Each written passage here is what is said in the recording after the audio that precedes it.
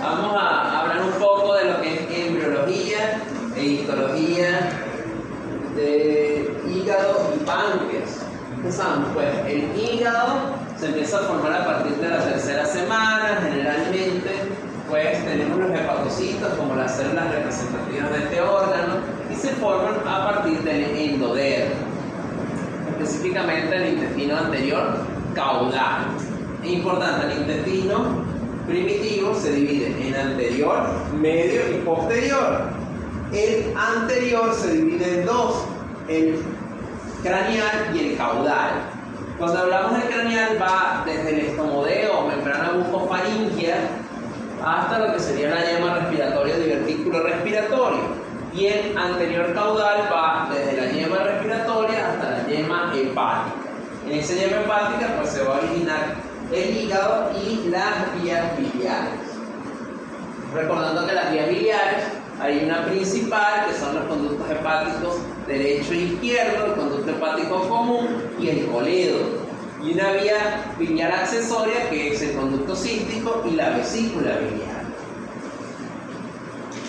Cuando hablamos de formación de elementos aparte de los hepatocitos, tenemos que hablar del mesodermo del tabique transverso, que envuelve a lo que sería la yema hepática, y de ahí se va a originar células hematopoyéticas, las células de Kupffer y tejido conectivo. Esas células de Kupffer que son macrófagos del hígado. Generalmente el hígado, pues en la 10ª semana de gestación, representa un 10% del peso corporal del feto.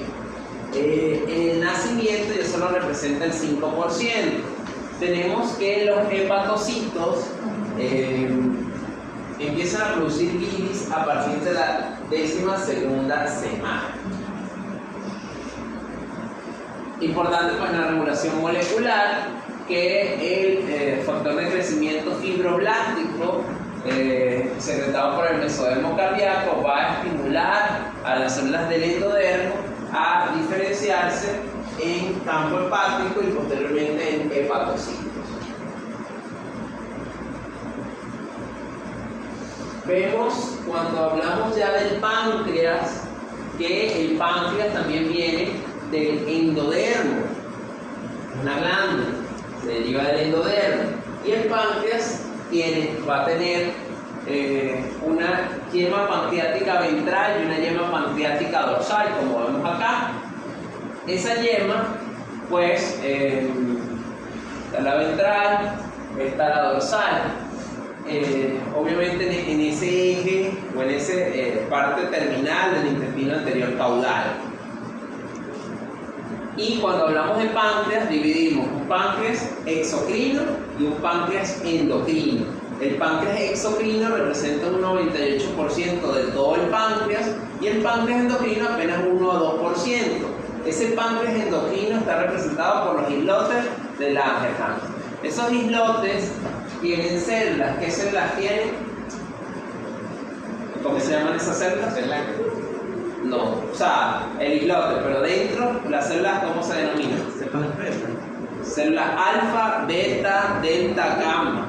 Esas son las que producen insulina, glucagón, polipéptido pancreático y somatostatina. Ese representa el páncreas endocrino, siendo la más importante las células beta, que son las que producen insulina. Generalmente en el tercer mes de gestación es que se forman estos islotes de Langerhans.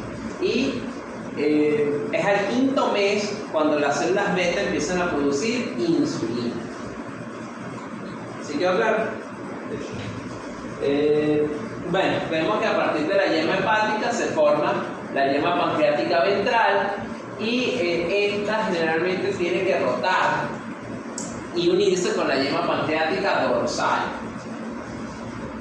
Vemos acá en esa rotación del borde lateral al borde medial de la segunda porción del duodeno, esa yema pancreática ventral va a formar la parte inferior y el proceso uncinatus del páncreas, la parte inferior de la cabeza del páncreas.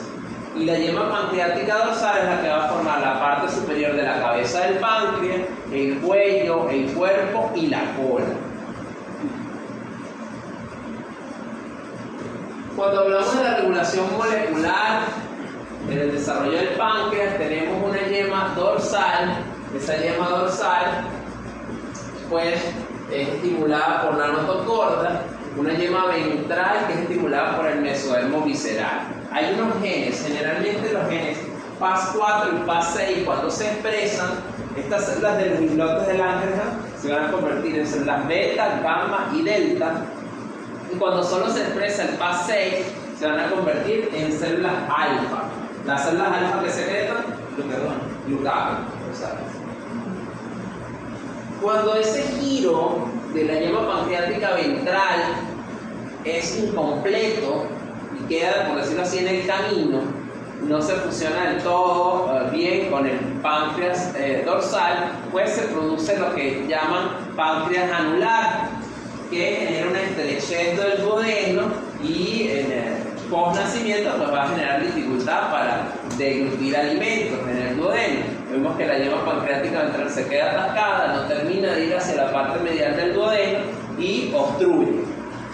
Eso es lo que llaman páncreas anular.